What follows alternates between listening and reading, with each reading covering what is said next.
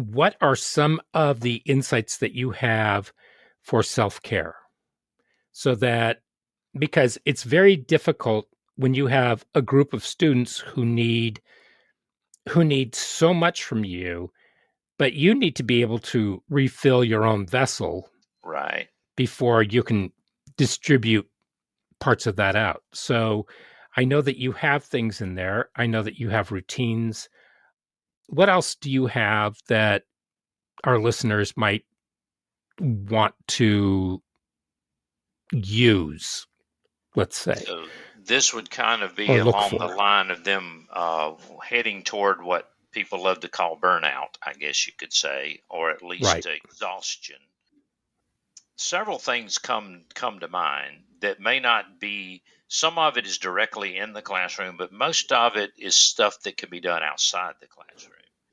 Part of it can be teachers can reach a point of boredom where they're teaching the same course, the same thing over and over.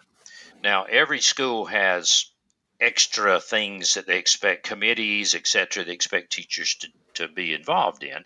And they tend to put people into areas of the same area. If you're a science teacher, you'll become the person taking care of the science department or whatever. I found that since you're going to have to be doing extra work anyway with that, find something totally different from what you do. Example was I was a science teacher, but due to various reasons, I became the director of the school plays. And partly because my daughter was in the plays, etc., and I became the drama dad. Well, anyway, the long story, but I became the director. I wound up directing 7 plays. The good thing was it was refreshing. It was another artistic outlet. So if the people can find some kind of artistic outlet that's maybe different from what they're doing every day, that gives them a little, that refreshes them a little.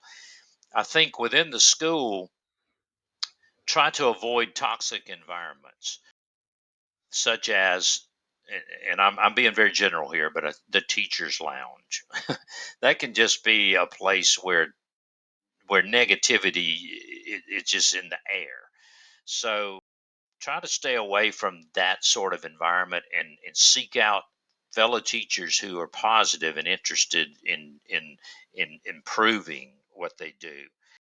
I think that too, outside of school, you have to unplug.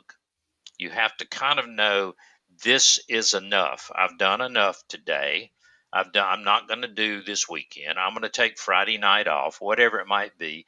Unplug, get off of social media, whatever. That, I mean, that's my personal opinion. Some people that may be their outlet, but and and do things with that is emotionally and physically positive.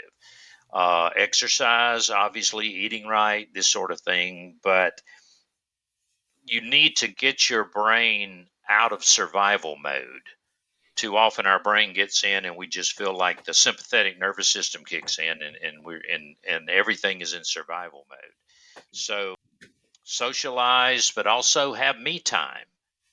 And that means different things to different people. To me, it meant going out into the forest a little bit by myself, hiking, sitting by a stream, whatever, to kind of collect yourself and just unplug from what you're doing, and then you can come back and plug back in.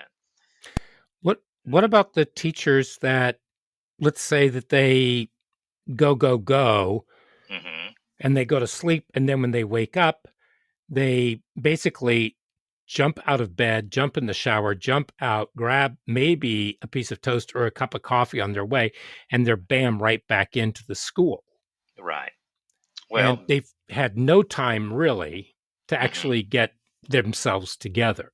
exactly. So, That's. I think we have more choices than we want to admit we have. Now I realize if you've got 2 or 3 young children, and then you've got to do that, you take care of them. You got, there's situations, but everybody can sit down with a pad and pencil maybe and say, okay, how am I going? What do I really have to do? Can I possibly get up 20 minutes earlier and sit on the back porch with a cup of coffee for 10 minutes? I mean, uh, there are choices. It's just we tend to slide into the same old habits, and that's what it's a matter of breaking habits, in my Mhm. opinion. And I think all of a sudden we start to see that we're more refreshed. Get to school. I used to love to get to school. We started school. I think it was something like 8:10 or 8:15 was when the bell rang. I would get to school at least an hour early. I loved to go in that classroom when nobody was in there, and I would get me a cup of coffee or something, and I would be doing stuff, but I would do it on my own time, my own way, and I didn't feel uh, rushed or like that I had to deal with a whole bunch of people.